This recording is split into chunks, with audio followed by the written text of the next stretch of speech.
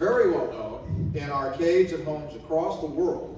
And that's my wife said, don't use that tone of voice with me. No, you're being sarcastic. So when my voice is well known, some people appreciate it, but around the house I get into trouble. Don't take that tone with me, you know? But nice guy, Jessica. But my voice is well known, and the first thing I get from people, I feel like I'm Santa Claus. I go, "You made my childhood so special.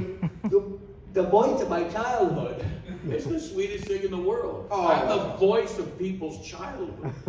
That's a hefty responsibility. It is. So how do you handle that? What do you know? Tell us what it's like being the voice of some of the most iconic sport games out there.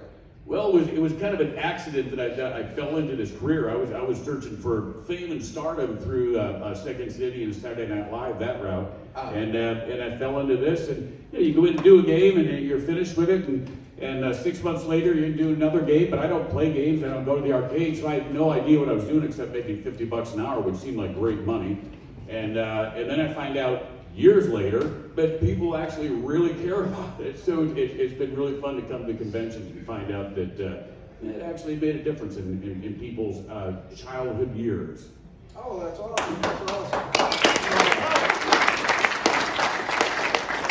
Well, always nice being an icon. So tell us what was your first job? What broke you into this business? This business was, I started out as a stage actor, and then as I said, just went into Second City and always wanted to play drums or act, and both, and I still do, and kind of keep that busy. So playing drums in a little rock and roll band, the guy said, "Hey, can you do Mr. Howell?" What the hell is he talking about? Some pimp for fucking Mr. Howell? I said, "Do you want to do Mr. Howell?" And I said, "How much does it pay?" He said, $50. I said, "Throw the skipper, and I'll do it for $100. So maybe we could drive Kona. And that got me off into, you unlock this door with a key of imagination. You've just crossed over into the Twilight Zone. Here we meet a simple man on a simple journey. No moral, no lesson. Just a crackpot with a microphone." So Twilight Zone got me like second or third one. Oh, it's the sea. And who done it? So I just had the luck of being with the coolest guys in the world, making games before every game was just a licensed game. It was like who done it?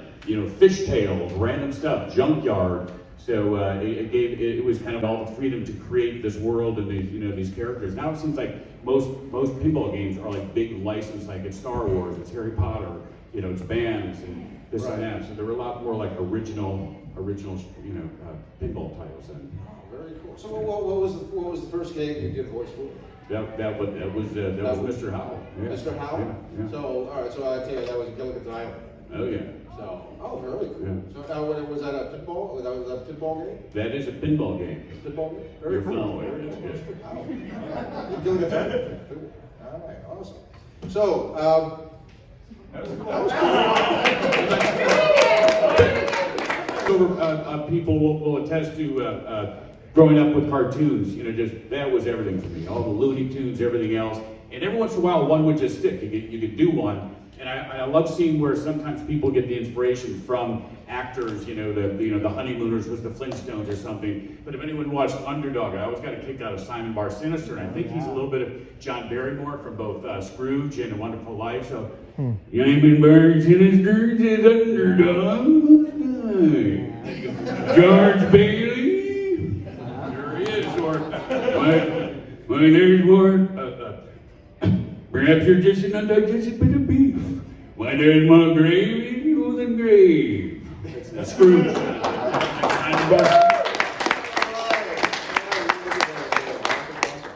So we all know the word boom shakalaka, and you know it's not Zorak bolting, but the NBA Jam. So how did you come up with that voice? How do I come up with this stuff? I get up and I pray to the game gods, give me something today. I mean, that really was a game god moment. We were in the studio and one of the guys down the halls, he smoked and he goes, he's listening to Sly and the Family Stone. He's in there like, I want to take you higher. Boom shakalaka, boom shakalaka, bow down. And he goes, hey man, tell Tim to say boom shakalaka. And John Hay goes, hey Tim, say boom shakalaka. I'm in the booth there, what the fuck is boom shakalaka? No, just say it. John told me to say boom shakalaka. All right, what do I say next? That was it. Came down, manna from heaven. That was great. So now, with a big phrase like that, do you have any input? I've heard that line a lot. With a big phrase like that, you must get all the women. Well, you know, it comes in handy, like, the big phrase like that, and all the sexual innuendos from sports and from boom shakalaka. And now, you know, booty shakalaka, boom shakalaka. So I was doing a thing for the LA Clippers. They did an NBJ Jam day, and they wanted me to do some live highlights on the air. So they showed DeAndre Jordan doing a big dunk at the end of the game. It's like, it's closing time, and so DeAndre Jordan's going to do what closers do. He's going to do a little dunk dialing. That can mean only one thing. He's coming over for a booty shakalaka call. Oh my! That's what happens when you let your friends dunk dial. It can only mean so. He's coming over a booty shakalaka call. So tell me now, in these famous catchphrases that you do you get any input in creating these phrases?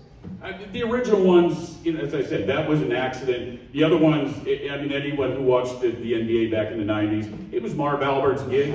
He was the voice of all the great Knicks, Bucks, Lakers, I mean, the Bulls, all those guys, and he actually was the guy. You know, I'm not ashamed to say he was kind of an inspiration for me because I was such a basketball fan. See, he was the guy when Vinnie Johnson would come in for the Pistons, he'd go, "The microwave is heating up," in his own inimitable Marv voice. And so I kind of took that, and by the time I got into, you know, Blitz and the other games, even by the end of the session, I kind of developed my own style, and it just kind of stuck. But once I got to EA Sports' version, they just had to write the script, and so I did probably 500 lines for that. That's where you get the new lines like, "From downtown," and like rummaging through my girlfriend's top dresser drawer, he finds nothing but nylon. Kaboom! And Giannis in the lane is blocked. Oh, like my wife always says, not tonight. I love it when you call me Big Blocka. And then there's NFL Blitz. That was totally unnecessary, but a whole lot of fun to watch. Let's see that again, Arnie. I think you can see the bone actually coming through the pads right there. Yeah, that's when I started the writing for Blitz and then Slugfest and all the other series. Oh, excellent. So now you've done work with ESPN and Fox Sports. So tell us what that was like.